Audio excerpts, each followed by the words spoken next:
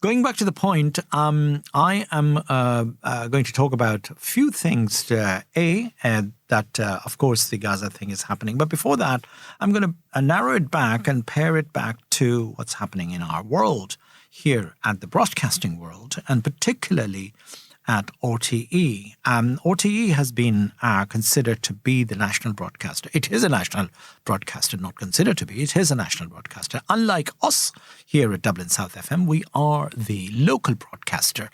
And we are told that our story should be focused on local matters and things like that, which stands to reason. I totally, wholeheartedly accept that. But local listeners should also know about the national stories, and they should be aware of what's happening in and around us.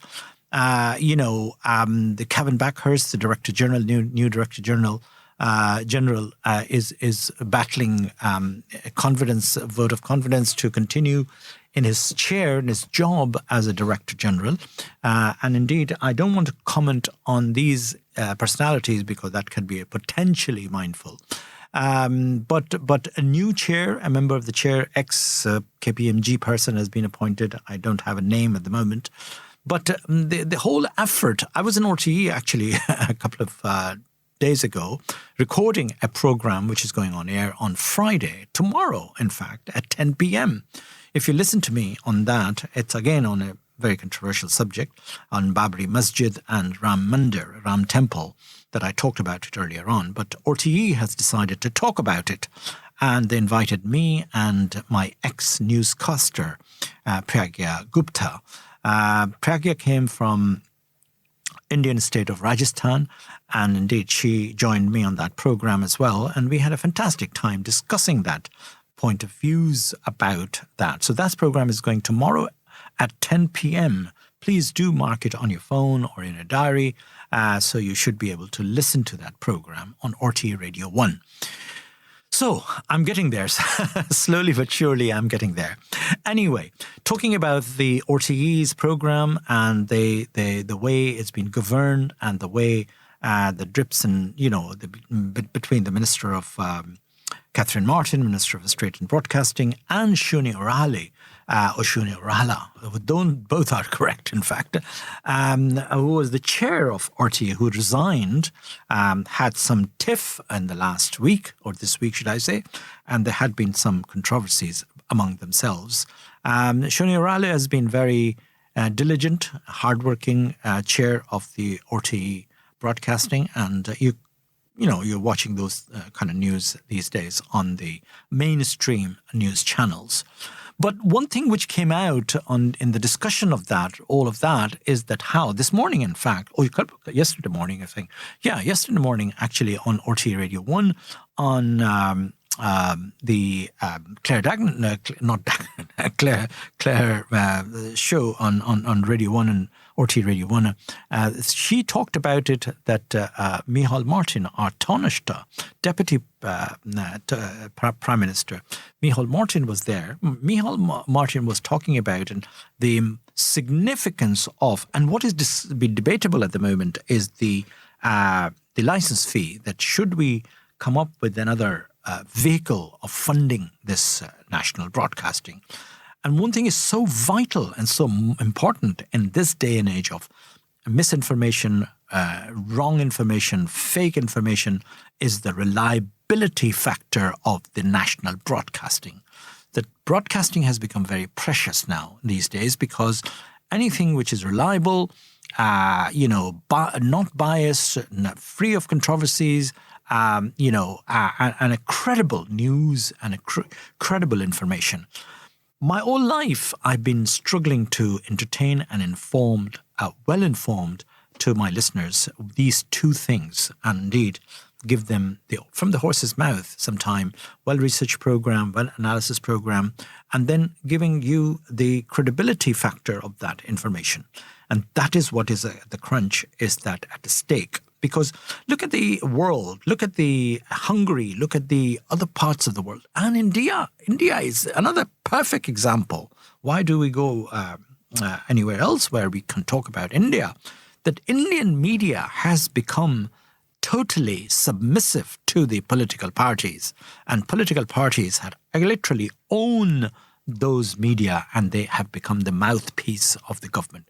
We do not want that to happen, even if we've been funded by Exchequer directly.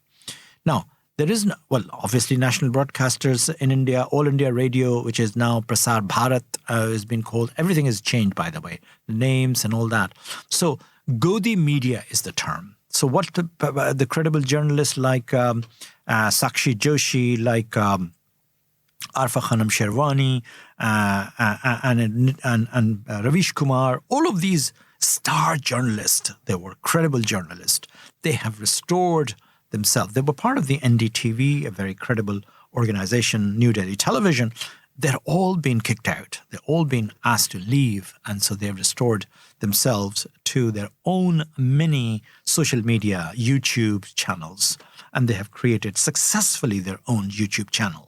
By the way, talking about that, this program will be available on YouTube channel as well. Sharad is working on it, and hopefully we should be able to launch our own channel, a YouTube channel of this program and the previous program. So you can actually go on and listen to us, any previous program. So this is where the future is. Podcast, YouTube channels, social media, all of that, as people are resorting to it. Spotify, talking about the Spotify. Did you hear about the fine which has been put together by the government, a European government, on Apple by charging people more and particularly keeping Spotify out of competition? And this is the world we're living in, unfortunately, that how if you become too big, billions have been fined to the Apple to pay that. And Apple has said, oh, we will appeal it. Of course, they will appeal it and all that. But what I'm saying is that this is what is happening, that if you are in control of the media, you can manipulate, you can push the price up of the listeners and things like that. So Spotify has been discriminated, had been at competition and all that. So I'm sure that you must have actually heard that story. If not, that is what is happening. In India, you've heard of that news that Mark Zuckerberg, what he's doing in India, attending Ambani's wedding, Anant Ambani's wedding, because Mark Zuckerberg met Mr. Modi, and Facebook has been the darling of social media, has been darling for the mouthpiece for the government and all that. So this is the world we are going towards. And what is the solution? I don't know. If you have any ideas, please do give me a call or text me at 087-283-2259. That is my telephone number. And I have no qualms about talking to somebody or listening to you, your view of correct information. See, the national newspapers, such as in this country, are the Irish Times, Cork Examiner, Irish Independence. These are credible newspaper, employ thousands of people, hundreds of people, journalists, and indeed there is a body of journalism. See, years ago I used to teach journalism. Although journalism has never been my profession as such, a professional actor I am, will remain like to be one. But here I am talking to you as a journalist, as a presenter, a radio presenter. And my voice is reaching out to the national radio as well. And I've been recognized by the RTE and things like that. So this is wonderful news in many ways that is happening. So we have to take things as we go along, and we just have to keep stride by doing wonderful things in order to make the public aware of the correct information, what is going on in the world as a correct information. If you can get to the news item, a lot of people, as they talked about it, that we have stopped listening to that. We have despair.